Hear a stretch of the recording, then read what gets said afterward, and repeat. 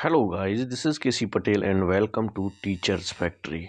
Teachers factory के YouTube channel में आप सभी का स्वागत है। अगर आप लोग चैनल पर नए हैं और शिक्षक भर्ती की तैयारी करते हैं तो शिक्षक भर्ती से रिलेटेड महत्वपूर्ण अपडेट और इन्फॉर्मेशन के लिए चैनल को सब्सक्राइब कर लें एंड बेल आइकन को जरूर प्रेस कर दें ताकि शिक्षक भर्ती से रिलेटेड आने वाले अपडेट और इन्फॉर्मेशन आप लोगों को नोटिफिकेशन के माध्यम से टाइम टू टाइम मिल सके।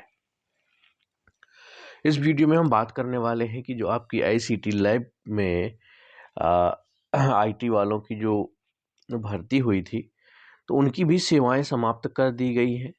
तो कहने का मतलब ये है कि जो अगले सत्र में इनकी भर्ती होगी तो वो किस हिसाब से होगी, इनकी क्वालिफिकेशन इसके लिए क्या चाहिए होगी, या फिर इनकी सैलरी कितनी है।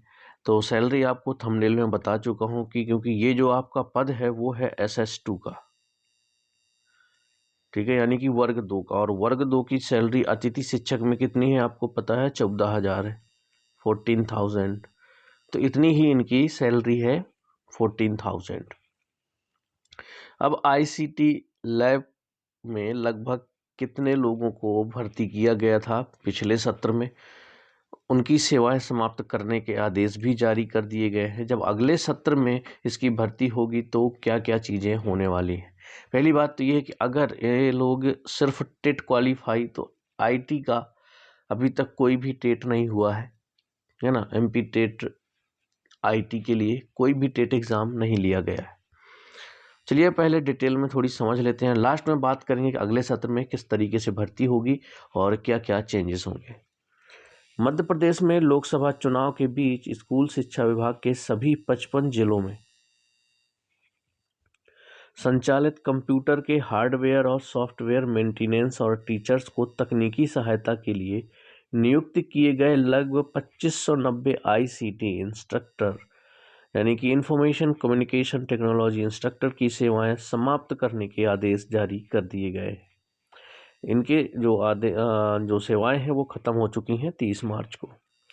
जिला शिक्षा अधिकारियों ने प्राचार्य को पत्र लिखा है। अपर परियोजना संचालक समग्र शिक्षा सेकेंडरी एजुकेशन लोक शिक्षण संचालनालय भोपाल मध्य प्रदेश द्वारा पत्र क्रमांक कितना दिया था, 7 मार्च 2024 के माध्यम से सभी की सेवा समाप्त के आदेश जारी किए गए थे। इसके पालन में मध्य प्रदेश के विभिन्न जिला शिक्षा अधिकारियों द्वारा अपने अधीनस्थ अधिकारियों को आदेश जारी कर दिया है कि वह उनके क्षेत्राधिकार में कार्यरत आईसीटी इंस्ट्रक्टर ऑफिस में प्रवेश बंद कर दें। जिला शिक्षा अधिकारी इंदौर की ओर से जारी पत्र में लिखा है कि उपरोक्त संदर्भित पत्रानुसार वर्ष 2023-24 की वार्षिक कार्य योजना में प्राप्त स्वीकृत आईसीटी इंस्ट्रक्टर आमंत्रित किए गए थे। उक्त क्रम वार्षिक कार्य योजना 2023-24 की स्वीकृति 31 मार्च 2024 तक निर्धारित है।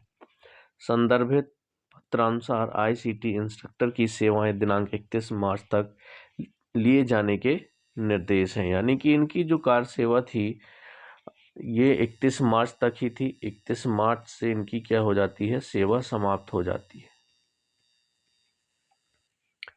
अब बात करें कि अगले सत्र में भी इसकी भर्ती होगी, क्योंकि लगभग सबके जो अतिथियों के लिए दिया गया था, अतिथियों की जो सेवा समाप्त होगी वो अप्रैल में ख़त्म हो जाएगी, 30 अप्रैल को ख़त्म हो जाएगी। और आईसीटी जो इंस्ट्रक्टर थे इनके लिए 31 मार्च को ही इनकी जो सेवा समाप्त कर दी गई है ऑफिस के अंदर। इसके बाद इनको नहीं जाने दिया जाना है, जो भी आईसीटी लैब बनी हुई है। चलिए कुछ पॉइंट और हैं जो आपको समझने हैं।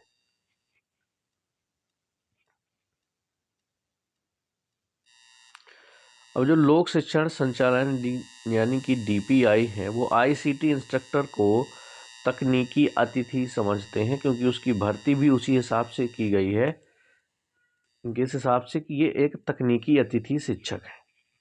भारत सरकार की समग्र शिक्षा सेकेंडरी एजुकेशन के तहत आईसीटी इंस्ट्रक्टर की नियुक्ति कई कामों को पूरा करने के लिए की गई थी। इसमें सबसे महत्वपूर्ण था स्कूल शिक्षा विभाग द्वारा खरीदे गए कंप्यूटर्स के हार्डवेयर और सॉफ्टवेयर का मेंटेनेंस एवं शिक्षकों को तकनीकी सहायता, ताकि उन्हें किसी सेवा केंद्र पर ना जाना पड़े और अपना पासवर्ड किसी और को नहीं देना पड़े। लेकिन लोक शिक्षण संचालनालय वाले अधिकारी इन्हें केवल एक अतिथि शिक्षक समझते हैं जो बच्चों को कंप्यूटर चलाना सिखाता है। इसीलिए मध्य प्रदेश के 70,000 से अधिक अतिथि शिक्षकों के साथ उनकी सेवाएं समाप्ति के भी आदेश जारी हो गए।